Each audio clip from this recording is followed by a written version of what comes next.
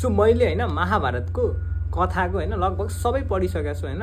अनि फेरि मान्छेहरूमा उठ्ने विषय भनेको चाहिँ कर्ण र अर्जुनमा चाहिँ को चाहिँ सर्वश्रेष्ठ भन्ने कुरा आउँछ कि।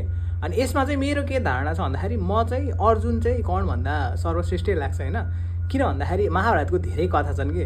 जस्तै अब दुर्योधन चाहिँ होइन गन्धर्वको जङ्गलमा गएर फस्दाखेरि आफ्नो प्रिय मित्र हो नि त दुर्योधन कर्णको, बचाउन जाँदाखेरि चाहिँ युद्धमा चाहिँ हारेर आफ्नो साथीलाई त्यहीँ छोडेर भागेका हुन् होइन। त्यहाँबाट चाहिँ सबले कर्णलाई चाहिँ भगौडा भनेर भन्छन् कि।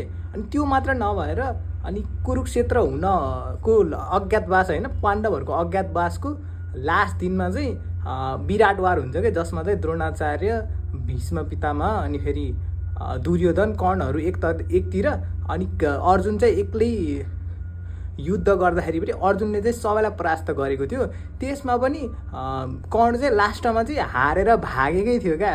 अनि फेरि त्यो मात्र कुरा नआएर होइन कुरुक्षेत्रको वारमा पनि अभिमन्युलाई जब सबैले मिलेर एक्लैले मार्दाखेरि त्यसको भागीदार कर्ण पनि थियो क्या। यो कुराले गर्दाखेरि चाहिँ म चाहिँ कर्णलाई चाहिँ अर्जुनभन्दा सर्वश्रेष्ठ चाहिँ कहिले भन्नै सक्दिनँ है।